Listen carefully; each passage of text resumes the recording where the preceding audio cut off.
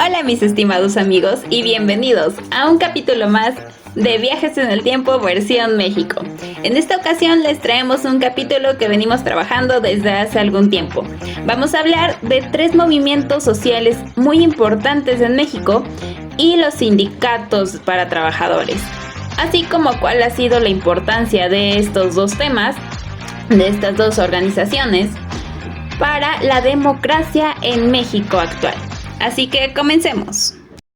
Los movimientos sociales forman parte de nuestra realidad cotidiana y gracias a su labor podemos gozar de lo que en su momento no fue posible. Como le dijo mi compañera Pili, vamos a hablar de 3 movimientos que fueron un factor muy determinante para la democracia. El primer movimiento del que les voy a hablar es el movimiento magisterial, que sucedió en 1956 y 1958. En esta época sucedieron una serie de huelgas en las que participaron maestros, obreros y profesionistas, los cuales fueron encabezados por Otón Salazar. La principal causa de este movimiento era la inconformidad que tenían los profesores con el salario que ellos obtenían, ya que los maestros exigían el 14% de aumento al salario a la Secretaría de Educación Pública, y ya que como no fueron tomados en cuenta, ellos fueron a dar huelga. Otra de sus peticiones era la jubilación a los 30 años de servicio sin límite de edad, extensión de los aumentos de salario a los profesores jubilados y sueldo móvil al ritmo de la alza de los precios. Como consecuencia de este movimiento, la respuesta que obtuvieron los maestros en el Zócalo fue que los policías respondieron de manera violenta. A causa de ello, hubieron varios muertos y decenas de heridos.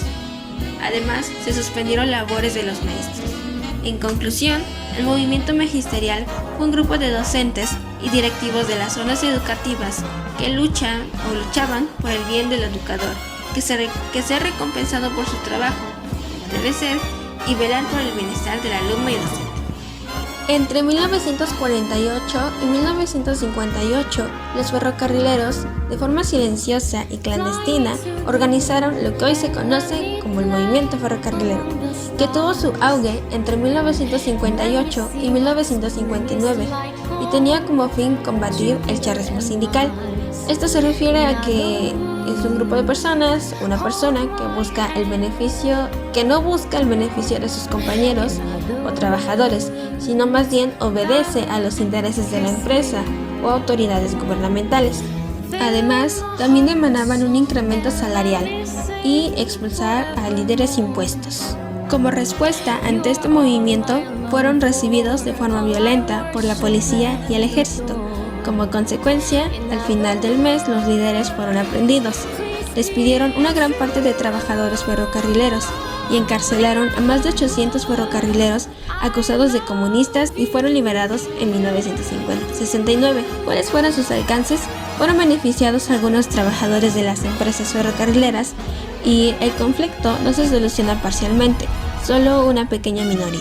El tercer movimiento es el movimiento médico, que sucedió en 1964 a 1965. La principal causa de este movimiento es que los médicos no estaban a gusto y reclamaban el pago de aguinaldos atrasados, y 206 de ellos fueron despedidos. Entre sus principales demandas es, por supuesto, que demandaban el pago de sus aguinaldos atrasados y por consiguiente el despido de los 200 médicos. Como consecuencia, la masacre de más de 500 estudiantes en la Plaza de las Tres Culturas, Tlatelolco. Se formó la Asociación Mexicana de Médicos Residentes, se realizaron 4 paros durante este movimiento y médicos especializados renunciaron a sus cargos en apoyo al movimiento.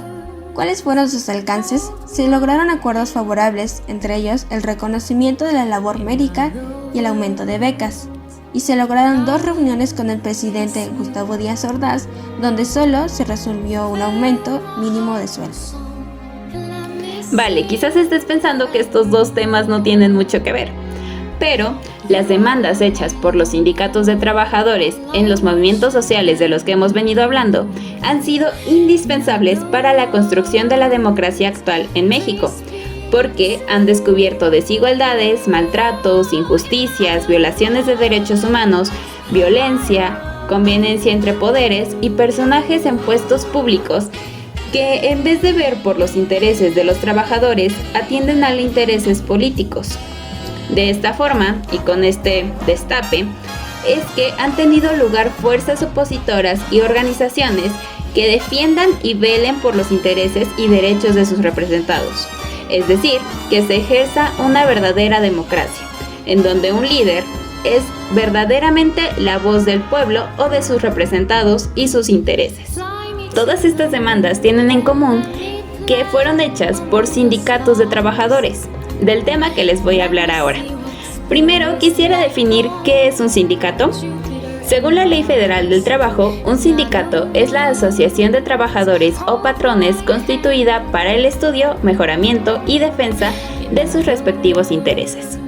Estas asociaciones de carácter democrático pueden generarse libremente, tanto en el sector público como en el sector privado. Ahora bien, ¿con qué objetivos se forman? Uno de los principales, como comenté al principio, es hacerse cargo de la representación y legítima defensa de sus afiliados, así como promover los intereses de los mismos.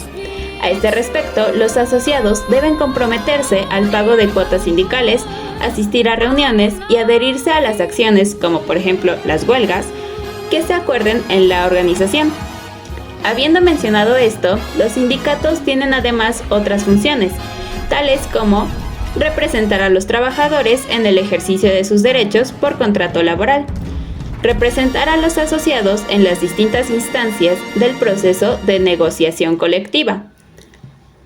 El tercero sería velar por el cumplimiento de las normas del trabajo y de seguridad social. Y por último, realizar todas aquellas actividades contempladas en los estatutos y que no estén prohibidas por la ley. Ya que sabemos para qué se conforman estas organizaciones, probablemente te preguntes, ¿cómo se crean? Bueno, pues los sindicatos se constituyen de la siguiente forma. Primero, se crea una asamblea de trabajadores en presencia de un ministro de fe, y en la cual se reúna al quórum necesario. Este quórum o número de asistentes varía según el tipo de organización. Si la empresa tiene más de 50 trabajadores, se requiere al menos del 10% de ellos. Pero si la empresa cuenta con menos de 50 trabajadores, con al menos 8 de ellos basta. En otro caso, si la empresa tiene más de un establecimiento, el quórum es de al menos del 30%. ¿Se acuerdan del ministro de fe? Bueno, este puede ser un funcionario de la Dirección del Trabajo, un notario, oficial del registro civil o funcionario de la Administración del Estado que haya sido designado en calidad de tal por la Dirección del Trabajo. Asimismo, se deben de cumplir con ciertos trámites. El primero, dar lectura y aprobar los estatutos del sindicato. Segundo, realizar la elección del directorio, los puestos o cargos dentro de la organización. El tercero, el ministro de fe debe levantar el acta de todo lo obrado y certificar con su firma los nombres de los asistentes y la identificación de la directiva electa. Posteriormente, deben de hacerse algunos otros trámites. Bueno, solo dos. El primero, la obtención de personalidad jurídica, y el segundo, que es la revisión de la legalidad. Listo, ahora sabes cómo crear un sindicato. Bueno, ya que sabemos cómo y para qué se crean los sindicatos de trabajadores, podemos entender un poco mejor la importancia de estas organizaciones para evitar los atropellos e injusticias para los trabajadores, sobre todo en el movimiento magisterial, el movimiento ferrocarrilero y el movimiento médico.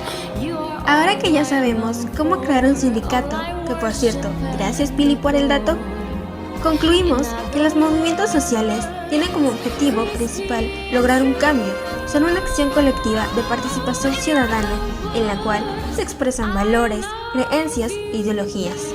En ellos se manifiesta el descontento e inconformidad con el sistema, se lucha por los derechos y por poner fin a las injusticias. Son clave a la hora de añadir nuevas demandas, al proponer, reivindicar y pedir mejoras en conjunto para toda la sociedad.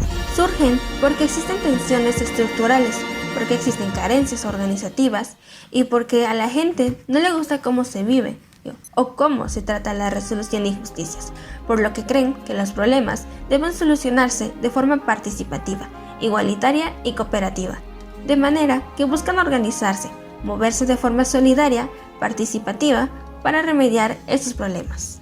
Por otro lado, existen enormes aspectos de nuestra vida cotidiana que hoy tomamos como algo normal y que en realidad fueron la consecuencia de movimientos sociales que en algunos casos implicaron procesos de gran conflicto. La democracia, los derechos laborales, la división de poderes, son todas posibilidades que cristalizaron gracias a distintos movimientos sociales. Es de esperarse que esta circunstancia continúe manifestándose en el tiempo, aunque todavía es difícil de ver qué tipo de cambio de relevancia podría gestarse en este sentido en el futuro. Así es, mis estimados, con esto concluimos este capítulo y no olviden seguirnos en Viajes en el Tiempo versión mexicana. Hasta la próxima.